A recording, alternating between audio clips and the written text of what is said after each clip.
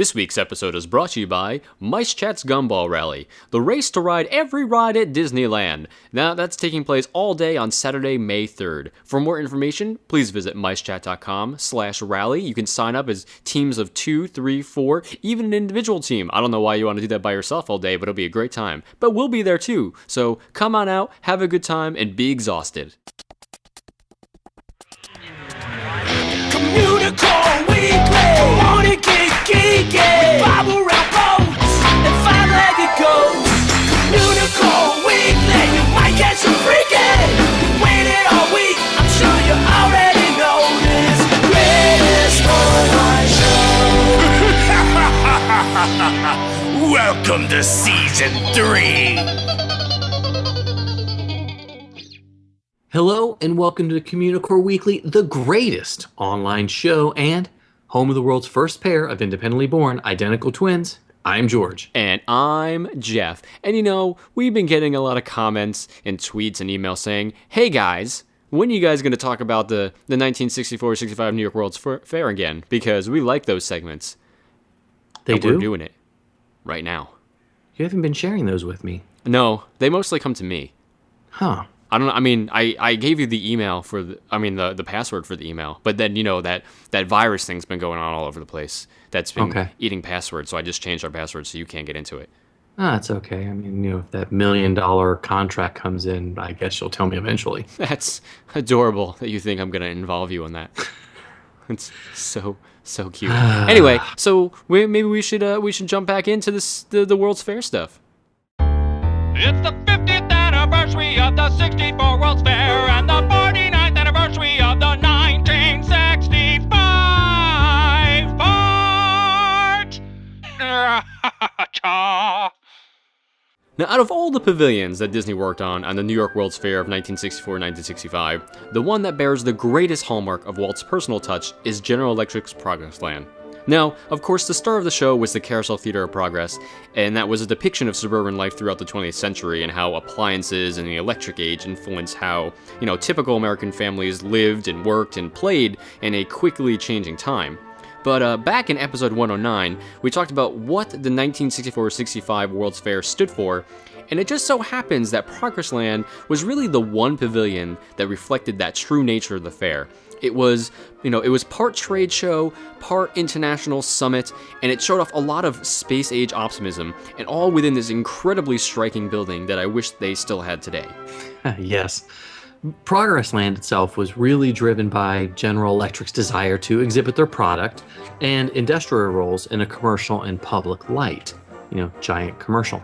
As most corporate entities at the fair did, they signed on specific design firms to create their thematic exhibits, and, well, it just so happened that they signed Walt Disney's WED Enterprises to design their show, and the result of which is one of the most beloved and longest-running theme park attractions of all time. Now, before the fair was even on his mind, Walt had this idea to expand Main Street at Disneyland with two districts. One was called International Street, and the other one was called Edison Square. And of importance to this conversation is Edison Square, which was a Thomas Edison-inspired side street. And on this street, there would have been a show hosted by the electromechanical man named Wilbur K. Watt, and it would have chronicled the evolution of electricity in the home from the late 19th century to the present and then beyond. And it would have showed much how electronic appliances, specifically General Electric appliances, have benefited American life. Now, each time period, after each time period in the show was over, the audience would have to get up and walk to the next time period and to continue on with the show. But as with the case of a lot of attractions around that time, the technology just wasn't up to par yet with what Walt wanted, so the idea kind of fell to the wayside. But the idea never really left Walt Disney or General Electric's mind. So when General Electric approached Walt to help design their Progressland shows and attractions, Walt immediately thought of his electrical progress show idea. Again, General Electric executives loved it and pledged to fund the project and the new technology needed to bring the show to life, because Isn't that what GE does? They bring They things bring to life. things to life. That's Anyway. not their motto, is it? No, it's close anyway. Fair enough. Well, by this time, Imagineers practically perfected the audio animatronic technology. They had developed a fair amount of it for Walt Disney's Enchanted Tiki Room, and also improved it quite a bit for Great Moments with Mr. Lincoln, another show that Disney made for the fair. Also expanding upon Walt's idea of the audience getting up and walking to the next scene, Imagineers devised a carousel theater, which allowed the audience to remain seated the entire time and just rotate to the next act, eliminating the time needed to change seats between each segment. Can you imagine people today going to Carousel of Progress and like getting up in between each scene? I They guarantee watch you no the first one and then leave. Yeah, I would say no one would go on to the next one, except for like us and like Keith. That's it. That's about all. Anyway, The so carousel of Gluckris. we don't need No. another Keith Gluck Okay. theme song on Yeah, the good show. point. Good point. So Rex Allen, the famous singing cowboy, he was brought on board to voice the father of the show, the host and the narrator, and he replaced the original Wilbur K. Watt character. And Allen, later on, he commented that he did not know exactly what he was getting himself into, but he loved that he had such a pivotal role in what was to become this iconic attraction. And of course, the Sherman Brothers were asked to pen a song that would serve as a bridge between each act of the show, allowing one scene to transition flawlessly into the next one. So Walt kind of explained to the brothers what the show is about, and they wrote a song with his enthusiasm in mind, the enthusiasm that he showed when he was telling them. And the song, of course, was titled There's a Great Big Beautiful Tomorrow. And the Sherman Brothers later stated that they believed the song was actually Walt's theme song in a way because he was so optimistic and excited about the future and about technology itself. So yeah, when the show opened, it was one of the most visited pavilions at the entire fair. One of the unique features that made the attraction so popular was that a circle of 6 theaters, all connected by divider walls, revolved clockwise around 6 fixed stages every 4 minutes. There were identical load and unload theaters with a dazzling wall of light that was known as the kaleidophonic screen, which would light up and flash and glow in sequence to the narrator's voice and the iconic music of the pavilion. Sort of like a glow with the show. Exactly. Yeah, okay. Well, more than 200 people entered and exited the attraction every 4 minutes, and it was not uncommon to wait over an hour in line. It was so popular that for the fair's second season in 1965, a massive covered queue was constructed next to the General Electric Pavilion on an empty lot to protect visitors from the New York's hot summer sun. Now, while the Carousel of Progress was obviously the centerpiece of the attraction, it was only part of the Progressland Pavilion itself. Disney had designed a whole series of other little attractions for the pavilion, and that continued the message of industry and optimism, while also continuing to represent General Electric's full breadth of services and appliances. So, after the Carousel of Progress show was over, guests were invited on stage, quote unquote, and up to the second level of the pavilion to continue on their journey of progress. And they journeyed up this thing called a speed ramp, which was covered in mirrors and brushed metallic trappings. And the entire corridor was a spectacle of light, kind of similar to the kaleidophonic screen from the beginning of the show. And there were images of General Electric engineers and scientists that were projected onto the walls, and the mirrors gave it an effect that you were kind of like floating in space, and so were the images. And Disney actually dubbed this area a time tunnel, and it was one that transported you from the present to the far-flung future, but the foreseeable future. So, once guests actually exited the tunnel, they were deposited into the second part of the Progressland show, the Sky Dome Spectacular and Fusion Demonstration. And guys, please call us next time you want to name something and we'll help you out. Guests would enter the Sky Dome, which was at the time the world's largest projection screen on the interior of General Electric's iconic Dome Pavilion. With terraced viewing, guests were shown the history and adventure surrounding man's struggle to tame nature and making fire serve civilization on a 200-foot screen in the round. Dramatic lighting and projections highlighted both topic and theme. And once the show ended, guests descended from the top level of the pavilion to see the actual technologies described to them in use. Now, after that was what was considered the climax of the Progressland experience, the Fusion Demonstration. I know, that name alone, to me, just is awesome. So, standing on a plinth with a large quartz tube with control panels and displays detailing the process of fusion would be attempted, was where this demonstration took place. And after a countdown, brilliant flashes of light and a loud popping crack would signify that GE was successful in tapping into nuclear science of sun building. And it was billed as the first public demonstration of fusion, and it took place every 4 to 6 minutes. That's a lot of fusion every 4 to 6 minutes. It could be confusing. Never mind. I see what you did there. Yeah, I see what you did there. Tip your waitress, everyone. Okay. All right. Well, finally, guests would make their way into Medallion City, back on the first level of Progressland. The city was named for the Total Electric Award medal that GE popularized for its products. This was the main exhibition hall for General Electric and was a stylized city with buildings dedicated to each of the company's initiatives and appliances. Now, among the topics showcased were beauty and comfort products, business and industrial solutions, and even a town hall and hospital featuring the latest in electrical ingenuity. The room was fully air-conditioned and attracted many guests for that reason alone. Medallion City was very much the showroom for GE products and even allowed guests to place mail orders for the products they had seen in the Carousel Theater and now in person and in use.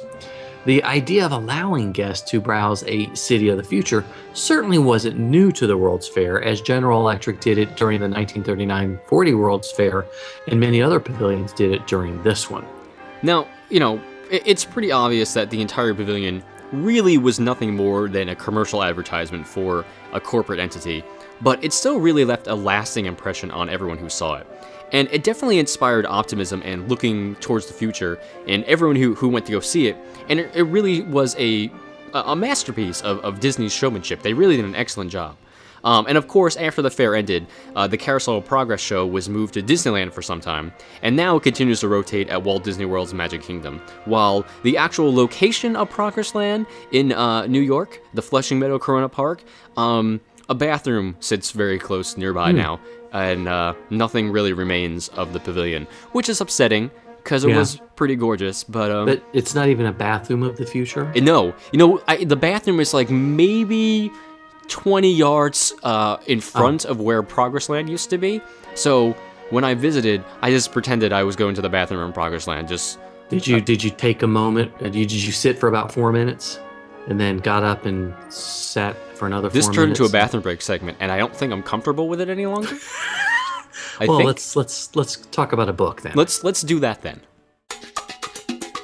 He's a nerd, he's a geek, but we all like to hear him speak. So listen up to the words from his speech. It's George's Book of the Week. Okay, this week's book is Joyland by Stephen King. What? Now, I know. It's a Stephen King book. What? Okay, well, I promise. There's a reason I'm reviewing the Stephen King book in my Book of the Week on a Disney-centered podcast, and we can still call it a podcast. Are we allowed to? I'm gonna go with yes, because we haven't got a letter otherwise yet. We haven't got a cease and desist letter yet. Yes. Anyway, but if you can just hold off your questions till the end of the podcast, I do promise there is a Disney connection. Okay, now a little bit. Joyland, and it's Joyland, like Disneyland, but with joy, is actually the first Stephen King novel that I've read all the way through, because he usually scares the pants off me. Allow me for the second time in this segment to say, what? I love his short stories, but some of his long form stuff just got a little too spooky for me. But when, I found out that Joyland took place in a small North Carolina amusement park in 1973, I thought, oh, this has got some interest. So, that's sort of a connection. It's an amusement park, 1973, in North Carolina, where I live. Okay, so Joyland itself, the amusement park, is presented as a small amusement park that's been around for a long time. And sadly, larger parks like Walt Disney World and Carowinds are pulling away customers. We meet the main character, Devlin Jones, who finds a summer job and makes his way from his college in New England to a small town near Wilmington, North Carolina, to work at Joyland over the summer there. My, of course, initial interest was fueled by the fact it was an amusement park. It's in North Carolina. But I found I was completely drawn into the characters and wondering, I know Stephen King is an author. How is he going to bring his trademark brand of horror into the book? And the cover is great because you can always judge a book by its cover. You just can. I'm a librarian, trust me. You think it's going to be like a crime noir type of novel. It's published by Hard Case Crime. It was put out in 2013. And it really made it feel reminiscent of like a pulp crime novel of the early to mid 20th century. I was really a bit surprised when I finished it because it's more like a coming-of-age tale wrapped up with a little bit of mystery, intrigue, and suspense. And there were a few moments that were a little scary, but, nothing that made me stay up late at night. He's lying. He called me a couple times. Text Jeff, I'm afraid. Granted, your late at night is also like my 9 o'clock now, so it wasn't that late for me. But I'll punish you and, text you when I wake up early in the morning and you're like just getting... Well, anyway. Okay. Back on track here. I really enjoyed reading Joyland. A lot because of the amusement park theme behind it and the carnilingo that was used in the book. But, the park itself still felt more like a carnival from the 50s. But you can see how it was making a transition from carnival to amusement park after the success of Walt Disney World. And anybody that's listened to us, that we like to nitpick when we run into things about the theme parks. What? For the third time. Yeah, I know. There were some moments where there was mention of corridors underneath the park that the characters could use. I mean, like the employees. Similar to Walt Disney World. It was really, really difficult for me to believe that a small-time amusement park based in North Carolina would have spent the time, money, and effort to build corridors underneath their park when it was such a huge and expensive part of Walt Disney World. And Stephen King does refer to the park as Disney World. He doesn't use the Walt appellation, which really drives me crazy. And some of the few characters actually mention Walt Disney World as inspiration for some of the changes at Joyland, and that one of the characters worked at Walt Disney World, which confuses me because it opened up in 71, Disney World did, and Joyland, this takes place in 73. So that's okay. Must not have enjoyed their job that much. That's what I was thinking. So, I really liked it. I would recommend it highly. I think anybody who loves Disney parks or theme parks is going to enjoy it. It's not that scary. It's got a little bit of supernatural feel to it, but it's really a great story about characters. And Stephen King is a truly amazing American writer, and he does a fantastic job with characters. So, if you get a chance to, you're looking for something good to read that's sort of theme park related but not normal, check out Joyland by Stephen King. And Jeff, I know you're a huge Stephen King fan. I know. I've read pretty much every single Stephen King novel and short story there is, except for like maybe 2 or 3 I'm working through now. I just started reading Black House right now, which I have never read before for some reason. But this is clearly outside of his normal realm of writing. Oh, but, sure. Joyland is, but I like it a lot. It's a nice, like, hard crime novel in a way, and I definitely recommend it. I think it totally fits for a Disney podcast. Okay, why not? And, it might turn some people onto some other things. So, once again, this book was Joyland by Stephen King. What we liked, what we didn't like, Yays and the Booze, 60-second review.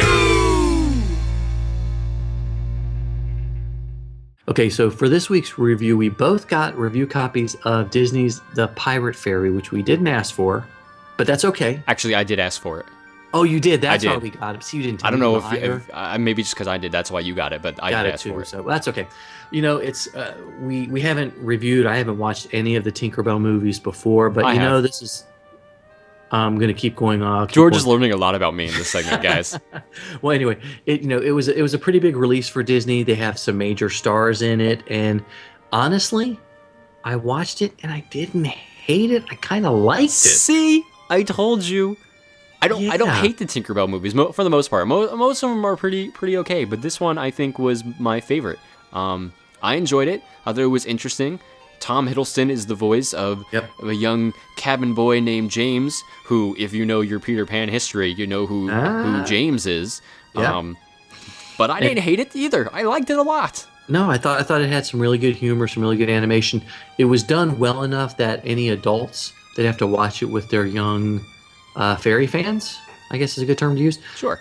They're going to be able to sit through it and enjoy it and not go crazy, like some of those sequels that were direct-to-videos in the late 90s, early 2000s. Yeah, because those are terrible. This is actually pretty good. Yeah, I think this is a good purchase if you've got little ones in the house that are really big fans of Tinkerbell. Or if you're like me and you just enjoy some of those movies, because they're not bad. Come on. Yeah, I mean, it was the animation was great, the voice acting was superb, and I'll be honest with you guys, that this message is for the dads out there. The Christina Hendricks voiced fairy Zarina? Yeah, let's go with that. Yeah, we'll go with that. Was really kind of hot, and I'm confused, but she was different from all the other fairies that were kind of. George has all these feelings now that this is not the podcast to discuss them on. Oh, so I shouldn't have said that? Okay. No, it's fine. We'll just have to bring you over to somewhere else. We'll make you talk to like Dr. Drew or Adam Carolla or something. We'll do that one. So, but I think this is it. It was fun. I enjoyed it, and if you've got little fans in the house, it's a definite purchase. I agree. Get it, because I thought it was pretty good, and that's pretty much all there is to it. Sometimes you might see it, sometimes you don't. Hey, look, what's that? It's a five-legged goat. Now, as we've discussed many, many times before in other episodes, Trader Sam's at the Disneyland Hotel is just jam-packed with five-legged goats. And one that I just recently discovered references not only Mary Poppins, but also a five-legged goat at Walt Disney World's Magic Kingdom. Now, there are many postcards attached to the wall that people send to Sam all over the place, and one of the postcards that's sent to Sam says, "Trader Sam, heard you came across my peg leg. I'll pick it up next time we make port. Smith." Now, of course, this references the scene in Mary Poppins where Bert, Uncle Albert, and the kids are floating on the ceiling laughing and they're exchanging jokes, and Bert says, "I know a man with a wooden leg named Smith," and Uncle Albert says, "What's the name of his other leg?" I love it. I love that joke. It's such a funny... That entire scene is great. Yes. But also, we talked about in the Magic Kingdom, in the Frontierland train station, there is a wooden leg with the name Smith on it, hidden in the rafters.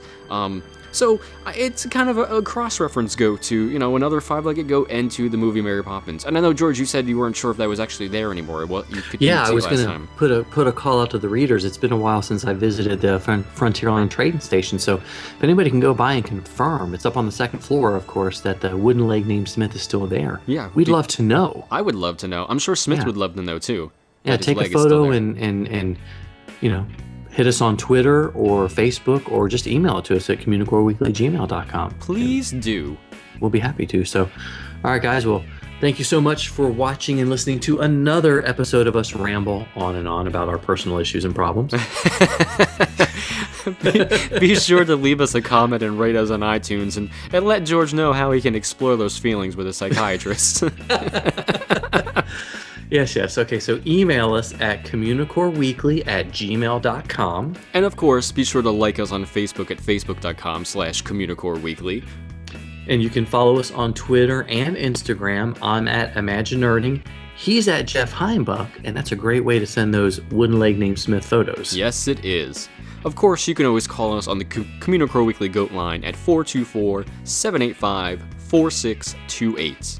Yep, and another reminder that you can still get Communicore Weekly, the musical. We should probably call it the greatest musical ever. Of course, that's not going anywhere. Of course it is. Yeah, it's going to be there forever. It is available at Amazon, CD Baby, iTunes, and you can find it on communicoreweekly.com. Heck yes. You know it. Well, for Jeff Heimbuck, I'm George Taylor. And for George Taylor, I'm Jeff Heimbuck.